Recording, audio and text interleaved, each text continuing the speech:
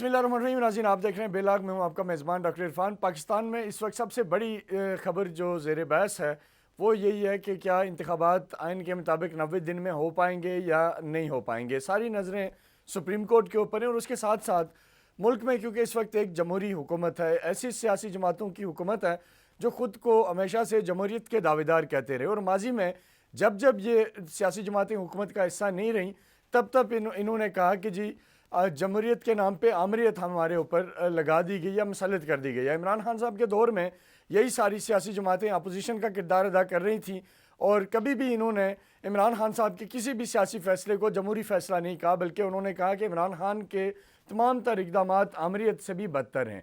अब देखना यह है कि इस बेहतरीन जमहूरी दौर के अंदर जब PDM के अंदर 13 जमातें हैं, जिसमें पाकिस्तान पीपल्स पार्टी जो जमहूरियत के दावेदार है, PMLN जिसका 2018 के इंतखाबात में और उससे पहले ही वोट को इज़्ज़त दो का नारा एक बड़ा पॉपुलर नारा था, जिसके ऊपर उन्होंने अपना पूरा नैरेटिव बनाया और जिसके ऊपर उन्होंने अपने सियासी मुखालफिन को उखाड़ बिछाड़ में अपना किरदार अदा किया। लेकिन अब उन्हीं के दौर में वोट से भागने की बातें हो रही हैं और मुल्क के अंदर दीगर मसाइल को बुनियाद बना के इलेक्शन को आगे करने की बात हो रही है। तो ये किस तरफ जा रहा है मामला, इससे पब्लिक के अंदर क्या सेंटिमेंट पाए जा रहे हैं और इसका इम्पैक्ट क्या आएगा पाकिस्तान की पॉलिटिक्स पे और सबसे बढ़ के इन सियासी जमातों के मुस्तकबिल पे जो खुद को जमहूरी जमातें कहती हैं। इस हवाले से बात करने के लिए इस वक्त हमारे साथ PMLN के सीनियर रहनुमा राना हसन अफजाल साहब मौजूद हैं। सर, आपके वक्त का बहुत बहुत शुक्रिया, आपने अपना कीमती टाइम दिया। सर, यही सवाल है जो मेरे इंट्रो में था वो आपके सामने है कि क्या आपके जमहूरी दौर के अंदर एक ऐसा काम हो रहा है, क्योंकि आइन कहता है जी 90 दिन में इलेक्शन कराएं, गवर्नमेंट उसके से बिल्कुल सीधी सीधी भागने के ऊपर आई हुई है। आप मरीम औरंगजेब साहबा की प्रेस कॉन्फ्रेंसिस भी आपके सामने, आप खुद ज़ाहिर है गवर्नमेंट के अंदर, आपको सारी चीज़ों का पता है, तो क्या कहेंगे इस पे? बिस्मिल्लाहिर्रहमानिर्रहीम। देखिए, इलेक्शन से तो कोई भी नहीं भाग रहा। इलेक्शंस, हमारी हुकूमत तो अगस्त 14 को ख़त्म हो जाएंगी और उसके जी बाद जो है केयर टेकर का सेटअप वफाक में आ जाएगा और वो जी 90 दिन के अंदर इंतखाबात के अंदर आप चले जाएंगे। अब देखें, ठीक इलेक्शन किसने कराना है? इलेक्शन तो ECP ने कराना है और ECP वो आईनी अदारा है जिसने इंश्योर करना है कि वो फ्री, फेयर और ट्रांसपेरेंट इलेक्शंस कराए। तो ठीक इलेक्शन कमीशन ने जो है वो जो कोर्ट ने तशरीह की एक सुओ मोटो के जरिए, जो कि जिस पे भी जी सवालिया निशान है, जो कि जिस पे मैं बाद में आता हूं, लेकिन जी उसने 90 दिन के अंदर इलेक्शन कराने की कोशिश की। लेकिन अब उसको लगता है ECP को कि अक्टूबर जो है वो अगला बेहतरीन डेट है इलेक्शन के लिए। तो अभी कोर्ट में जो बहस हो रही है वो इस नुक्ते पे हो रही है कि क्या ECP जो है इलेक्शन की डेट का तयन कर सकती है या नहीं कर सकती। तो मेरे ख्याल से ठीक ECP आईनी अदारा है, वो तयन कर सकती है। हाँ, लेकिन कोर्ट में जो बहस है वो तो 4-3 का फैसला, मेजॉरिटी का फैसला आ चुका है और वो मेजॉरिटी का फैसला ये कहता है कि सुओ मोटो जो लिया गया है उसकी ज़रूरत नहीं है और ये लाहौर हाई कोर्ट की तरफ जो है वो मामला जो है वो चले गए। तो यहाँ फैसला उठता है कि माइनॉरिटी का फैसला किस लिए इंप्लीमेंट किया जा रहा है या उसके ऊपर कार्रवाई क्यों की जा रही है, जो कि एक 3 मेंबर बेंच है और ठीक 4-3 का 7 मेंबर बेंच ने फैसला दे दिया हुआ है। तो अब अगर कोर्ट, सुप्रीम कोर्ट चाहती है इस मामले को आगे सुनना, तो फिर एक ही रास्ता बनता है, वो फुल कोर्ट है। तो वो फुल ठीक कोर्ट बनाए और इस नुक्ते के ऊपर जो है वो सुप्रीम कोर्ट फैसला कर ले कि क्या इलेक्शन कमीशन वो आईनी अदारा है जो इलेक्शन की डेट दे सकता है या नहीं। सर, लेकिन इसमें इस वक्त जो एग्जिस्टिंग जो बेंच है वो 3 रुकनी है सुप्रीम कोर्ट के पास। आपने सुना खुद उन्होंने जो इसके ऊपर लॉजिक्स दी, अगर ये अक्सरियत और अकलियत का मामला होता तो ज़ाहिर है सुप्रीम कोर्ट भी तो एक, आपको अंदाज़ा है कि पूरे मुल्क के अंदर जो सारी आइनी नज़रें होती हैं वो सुप्रीम कोर्ट के ऊपर ही होती हैं, कानूनी नज़रें। सुप्रीम कोर्ट इस चीज़ को अंडरस्टैंड करता है कि अगर वो जो जजेस हैं वो जब बेंच का हिस्सा नहीं रहे तो उसके बाद तो मेरा ख्याल है इफेक्टिव बेंच यही रहेगा ना जो 3 रुकनी बचा है, क्योंकि अगर वो बेंच का हिस्सा रहते हुए ये फैसला आता तो फिर आप इसको अक्सरियत और अकलियत का कह सकते थे। नहीं, ऐसे नहीं है। PDM ने इस 3 मेंबर बेंच को मुस्तरद कर दिया है। हम इस बेंच को तस्लीम नहीं करते। इसलिए नहीं जी करते कि 4-3 का फैसला आ चुका है और जी 4-3 का फैसला ऐसे नहीं होता कि आप 2 जज जो हैं अपनी जजमेंट दे दें और आप उस जजमेंट को आप अपने डाइसेंटिंग नोट्स का हिस्सा तो बनाएं, लेकिन आप उसको काउंटिंग में ना लें।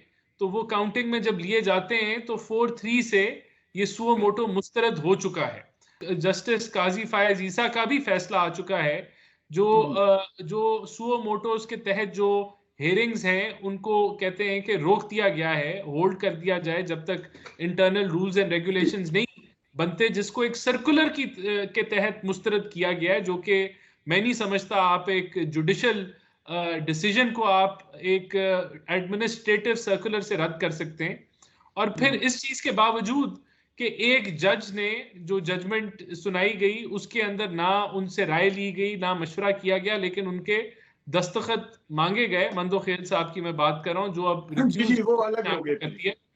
तो इस चीज के बावजूद जो है ये बेंच अगर वो चलाना चाह रहे हैं तो एक ही रास्ता है कि फुल कोर्ट बनाया जाए, वरना तो मेजॉरिटी का फैसला तो आ चुका है, और मेजॉरिटी के फैसले के तहत जो है ये डिसीजन जो है सुओ मोटो की हेयरिंग का ये मुस्तरद हो चुका है।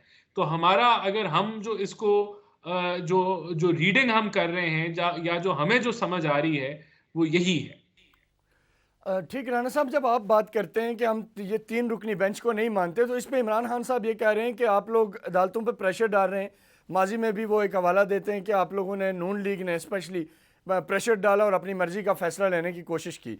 तो अब खान साहब ने भी कल एक अपील कर दी या कॉल दे दी है कि लोग रेडी रहें और हम फिर से सड़कों पे आ सकते हैं। तो ऐसी सूरत में हालात किस तरफ जा रहे हैं? आपको क्या लग रहा है कि क्या हुकूमत खुद वजह नहीं बन रही इस वक्त मज़ीद हालात को ख़राब करने की? नहीं, देखिए, हमारा जो पॉइंट है या जो मैंने अभी आपको बातें की, ये हम नहीं कह रहे, ये सुप्रीम कोर्ट के जस्टिसेस कह रहे हैं ना। ये मौक़िफ़ तो सुप्रीम कोर्ट के जस्टिसेस का है कि 4-3 मेजॉरिटी का फैसला है, उनकी जी बात को सुनना चाहिए है, उनको मुस्तरद नहीं करना चाहिए।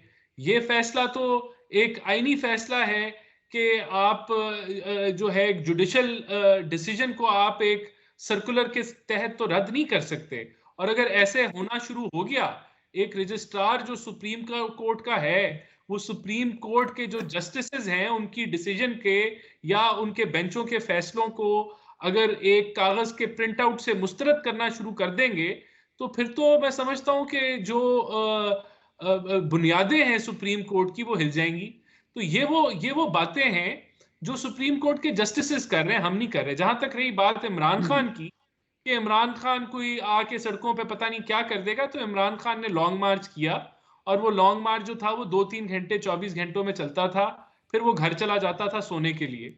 तो हमें कोई उनकी तरफ से खौफ नहीं। और दूसरा देखिए, बात ये है कि ये तो आईनी बात है ना, आईनी और कानूनी बात है कि 4-3 का फैसला आ चुका है। ठीक। अच्छा सर, बड़ा ज़रूरी इसी के साथ सवाल है कि माजी में ये जब क्राइसिस आया पिछले दिनों में, तो गवर्नमेंट ये कहती रही कि जी हम तो बात करना चाहते हैं, एपीसी करना चाहते हैं, लेकिन इमरान खान हटदर्मी कर रहे हैं, वो मामलात को समझ नहीं रहे, अनारकी फैला रहे हैं और वो आ नहीं रहे। अब इमरान खान आपको बार बार टीवी के ज़रिए 2-3 दफ़ा वो कह चुके हुए हैं कि जी मैं बात करने को तैयार हूँ। कल असद उमर ने भी कहा, लेकिन अब गवर्नमेंट कह रही है जी अब हम कोई बात नहीं करेंगे, पहले आप माफ़ी मांगे। तो ये अना का जो मामला, गवर्नमेंट क्योंकि बड़ी होती है, गवर्नमेंट के ऊपर ज़्यादा जिम्मेदारियाँ होती हैं, अवाम के और बहुत सारे मसले हैं, तो आप नहीं समझते कि इस वक्त ये जो सारी जो एक सिचुएशन है, आप फुल कोर्ट मांग रहे हैं, वो कहते हैं जी यही 3 रुकनी बेंच फैसला देगा, और हालात के अंदर एक और क्राइसिस की तरफ हम बढ़ रहे हैं, तो इसको बैठ के हल करने की तरफ गवर्नमेंट क्यों नहीं स्टेप उठा रही? देखें, सबसे पहले तो जो सुप्रीम कोर्ट ने भी के जस्टिस ने भी, चीफ जस्टिस ने भी मशवरा दिया कि बातचीत के मामला हल हो जाने चाहिए। तो वहां तो सबसे पहले जो है सुप्रीम कोर्ट के जस्टिसेस को भी बैठ जाना चाहिए और अपने मामला हल कर लेने चाहिए। जहां तक इमरान खान से बातचीत का मामला है, सियासतदानों को भी आपको नहीं लगता कि बैठ जाना चाहिए? सुप्रीम कोर्ट तो चलें जो भी होता है, लेकिन सियासतदानों के बारे में बताइएगा, गवर्नमेंट और अपोजिशन क्यों नहीं बैठ पा रही? ने नफरत की सियासत की है। इमरान खान फरमाते थे कि वो जहाद कर रहे हैं हमारे खिलाफ, मजहबी टच भी दिया, मजहब को भी गलत इस्तेमाल किया। फिर वो इमरान खान कहते थे कि हमने आलमी साजिश की है, हम एक बैरूनी कुव्वत के साथ मिलके, मुल्क की रियासत ने, अफवाज ने साजिश की है मुल्क के खिलाफ। तो उसके बाद वो कहते थे कि मैं दहशत गर्दों से बात कर लूंगा, मैं इनसे बात नहीं करूंगा। तो सबसे पहले तो वो माजरत करें, अवाम को हकायक बताएं कि आलमी साजिश एक प्रोपोगंडा था, झूठ था। अवाम को बताएं कि जो वो कत्ल के इल्जामात हमारे पे लगाते रहे वो बोगस थे, उन्होंने मोहम्मद नवीद को पकड़ लिया और कुछ साबित नहीं हुआ। तो नफरतों के जो बीज बोए गए हैं उनको पहले हटाएं और फिर बातचीत हो जाएगी। ठीक, यानी जब तक आपको लगता है कि वो माफ़ी नहीं मांगते, अपने पुरानी बातों को क्लियर नहीं करते, तो गवर्नमेंट उनसे बैठने को तैयार नहीं है। अच्छा सर, आखिरी सवाल आपसे मेरा इस वक्त है कि ये भी तासर है कि जो अक्टूबर में इलेक्शन की बात है, ये भी महज बात ही है। अक्टूबर में भी गवर्नमेंट का इलेक्शन करवाने का कोई प्रोग्राम नहीं है और इमरजेंसी लगा के इसको मज़ीद आगे ले जाना है। तो इसके हवाले से क्या मूड है गवर्नमेंट का, इनसाइड क्या है? क्या अगर इन केस ये भी हो जाते तो फिर तो आइन की तो कोई बात ही पीछे नहीं बच जाएगी ना? ये बड़ा बोगस प्रोपेगेंडा है। देखें, अगस्त में हमारी हुकूमत खत्म हो जाएगी, केयर टेकर हुकूमत आ जाएगी। उस वक्त की जो ईसीपी ने तो डेट्स अनाउंस कर दी हैं, और उस वक्त की जो केयर टेकर हुकूमत है उसका एक ही मौकफ है होता है कि उसने इलेक्शन कराने। आज मामलात जो डिले की तरफ जा रहे हैं उसमें वो किसी हकायक के ऊपर मबनी है बातें। सेंसस हो रहा है, सेंसस के ऊपर ह्यूमन रिसोर्स डिप्लॉयड है। 30 अब अप्रैल तक लोगों का मसला है कि वो सेंसस के अंदर इन्वॉल्व है। 30 अप्रैल के बाद वो भी रिलीव हो जाएंगे, फारिग हो जाएंगे। तो ऐसा ऐसा नहीं है कि ये किसी जानबूझ के ये चीजें की जा रही हैं। सेंसस जो है वो जेर अमल है, अंडर प्रोग्रेस है। ये एक वजह है इलेक्शन के ताखीर की। उसके बाद लॉ एंड ऑर्डर की जो सिचुएशन है वो हमारी तरजीह है, इस हुकूमत की तरजीह है। जब केयर टेकर हुकूमत आएगी उसका तो मकसद ही होता है इलेक्शन कराना। तो मैं समझता हूं कि वो इसी चीज को तरजीह देगा और कोई ऐसा मामला नहीं होगा। ठीक, बहुत बहुत शुक्रिया राना साहब, आपके कीमती वक्त का। नाज़रीन, हमारे साथ PMLN के सीनियर रहनुमा राना हसन अफजल साहब मौजूद थे। तफसील से बात की हमने, जो खदशात इस वक्त मुल्क की सियासत में या जो सवालात उठाए जा रहे थे वो हमने सारे के सारे क्लियर करने की कोशिश की। PMLN क्यों चाहती है कि फुल बेंच बने, उसके ऊपर भी हमने तफसीली बात की। और उसके साथ साथ जो सबसे बड़ी एक इस वक्त रूमर है कि क्या अक्टूबर में इंतखाबात होंगे या इलेक्शन मज़ीद डिले हो रहे हैं, कोई कौमी गवर्नमेंट बन रही है, निगरान सेटअप, या ये मौजूदा गवर्नमेंट प्रोलॉन्ग करेगी। इस सारी सूरत हाल पर बड़ा तफसीली हमने राना साहब का मौक़िफ़ लिया, PMLN की गवर्नमेंट का मौक़िफ़ लिया। लेकिन जो एक चीज़ राना साहब ने कही, जिसके ऊपर मैं फिर से कहूँगा कि गवर्नमेंट्स क्योंकि हमेशा से अपर हैंड होता है गवर्नमेंट का, और कभी भी मैं नहीं समझता कि उन्हें अपोजिशन के साथ ज़ाती अनाद और ज़ाती अना का मसला बना के मुल्क के मुफाद के ऊपर चीज़ों को कंप्रोमाइज़ करना चाहिए। क्योंकि इस वक्त जो मुल्क के हालात हैं या जो माशी सूरत हाल है, जो दीगर सूरत हाल है, वो ऐसी नहीं है कि जिसके अंदर हम अनाओं को मज़ीद पाल सकें। ये वक्त की ज़रूरत है, पाकिस्तान की ज़रूरत है कि इस वक्त हंगामी बुनियादों पे APC बुलाई जाए, अपोजिशन और गवर्नमेंट बैठे। और ये जो इस वक्त एक डेडलॉक है, अगर अगस्त में कैटेगरी गवर्नमेंट आनी है और अगर ये चीज़ तय है और गवर्नमेंट इसके ऊपर कन्विंस है और अगर ये डिसाइड हो चुका है, तो फिर मेरा नहीं ख्याल कि इस मसले का हल कोई इतना बड़ा मुश्किल है।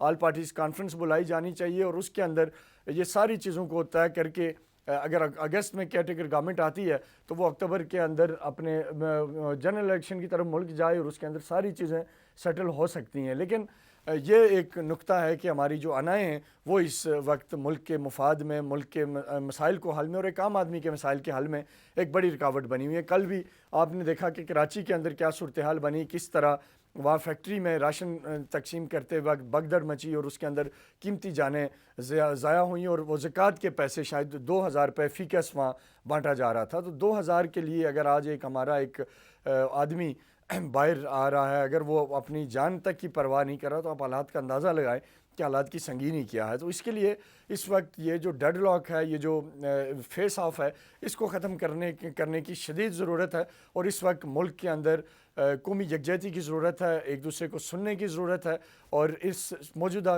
कैफियत से मुल्क को भी निकालने की ज़रूरत है। और इस मुल्क के अंदर जो इस वक्त आवाम है जो कि इंतहाई परेशानी का शिकार है, जिनके आए रोज़ मसाइल बढ़ते जा रहे हैं, मायूसी बढ़ती जा रही है, उनको इस सारी सूरत हाल से निकालने की ज़रूरत है। एक शॉर्ट सा ब्रेक लेंगे, ब्रेक के बाद प्रोग्राम के अगले हिस्से की तरफ बढ़ते हैं, हमारे साथ रहिएगा।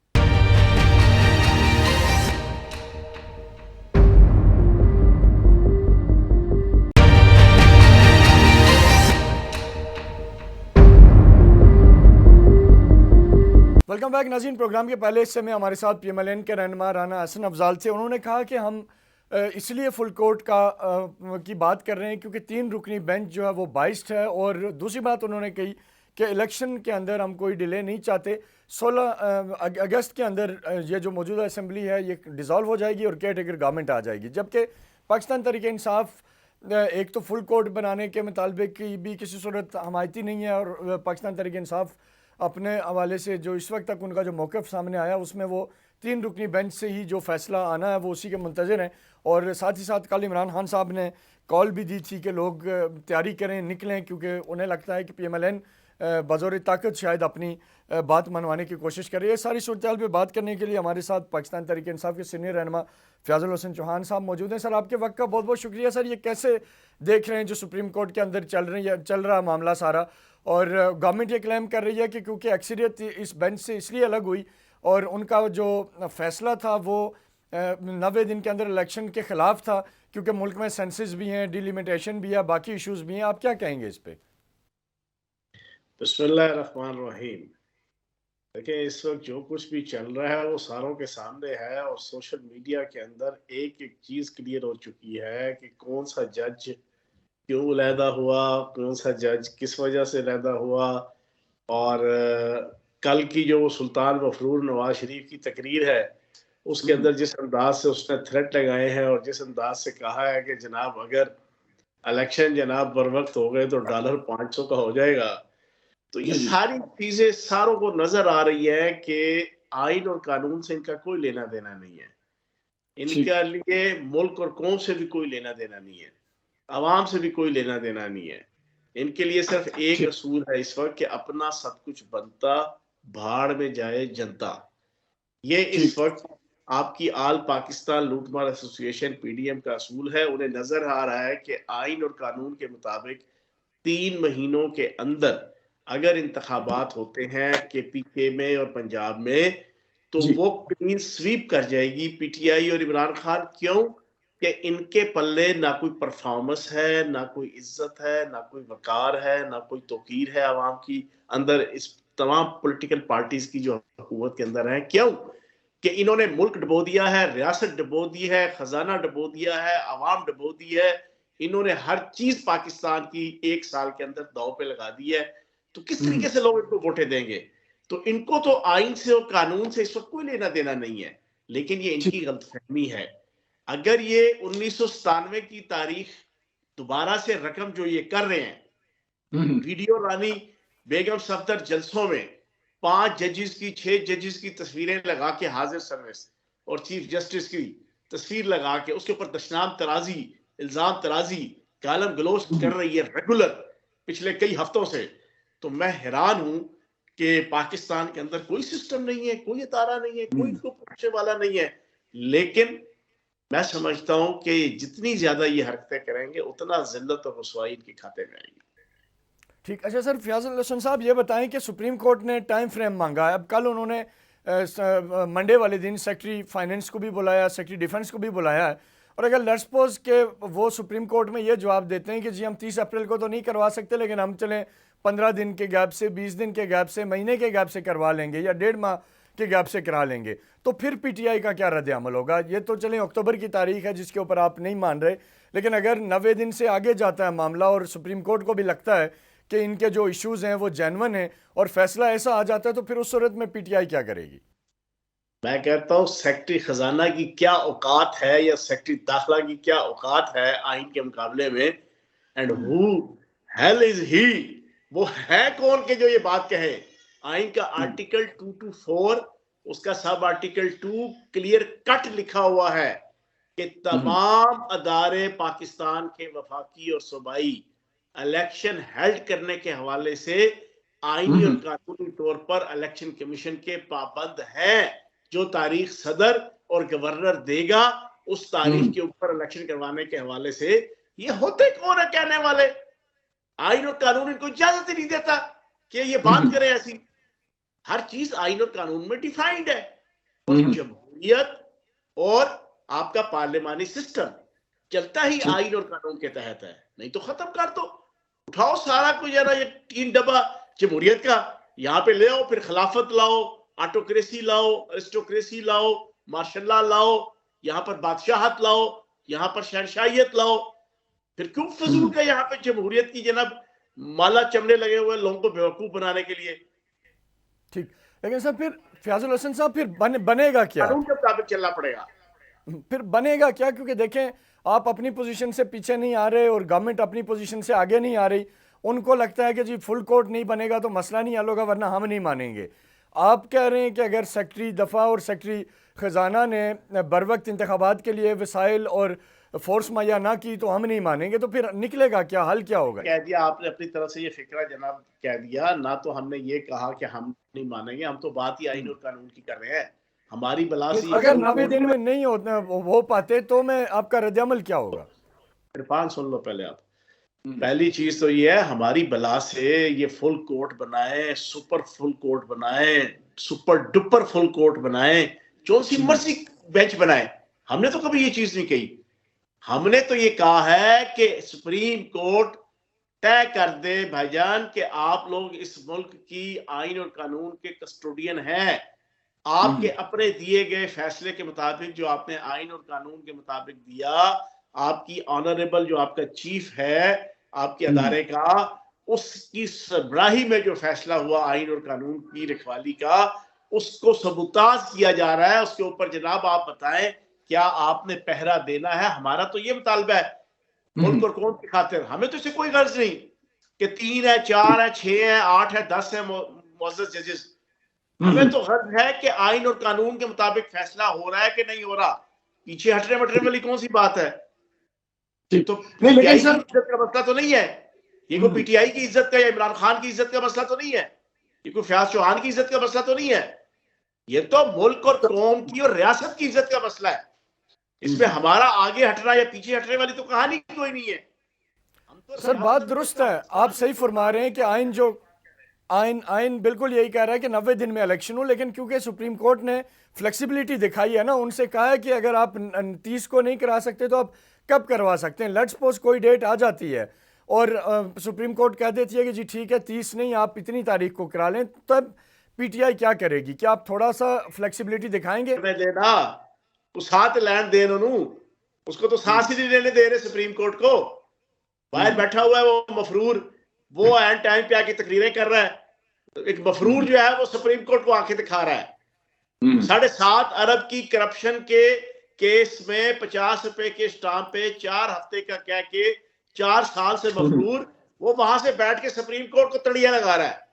उसकी बेटी वो यहाँ पर सुबह से लेकर रात तक जलसे जुलूस करके जनाब हाजिर सर्विस जजों को गालियां निकालने लगी हुई है। अब क्या बातें कर रहे हैं? कुछ साथ लैंड दो सुप्रीम कोर्ट ना, सुप्रीम कोर्ट साथ लैके कोई फैसला तो करे ना, फिर उसके बाद ही गल है कि वो फैसला कहंदा कीता ते कहंदा नहीं कीता। ये तो फैसला ही नहीं लैंड दे रहे। ठीक है, लेकिन ये तो अभी इन्होंने अदालती इस्लाहत बिल जो भेजा है, तो इसके ऊपर आप क्या देख रहे हैं कि इसके बाद ज़रा हालात तो और काफ़ी तब्दील हो जाएंगे फिर सिनेरियो के अंदर, अगर ये नाफिजुल अमल हो जाता है फौरी, और अगर मियाँ साहब अपील, आपको लगता है कि अपील करेंगे और वापस आएंगे, और अगर वापस आ जाते हैं तो क्या आपका क्या ख्याल है कि पीटीआई को उससे क्या टफ टाइम मिल सकता है? क्योंकि लोग यही कहते हैं कि नून में जो है वो वोट है नवाज शरीफ का और पीटीआई में वोट है इमरान खान का, तो नवाज शरीफ क्योंकि यहाँ नहीं है तो इस वजह से कोई मुकाबला ही नहीं है। तो अब अगर ये वो नज़रसानी करते हैं जो नई तरमीम हुई है आपके इल्म में, तो उसके ऊपर अगर वो अपील करते हैं और उन्हें रिलीफ मिल जाता है और वो वापस आ जाते हैं और यही तकरीरें वो इधर आके करने लग जाएं, तो क्या फ़र्क पड़ेगा आपको?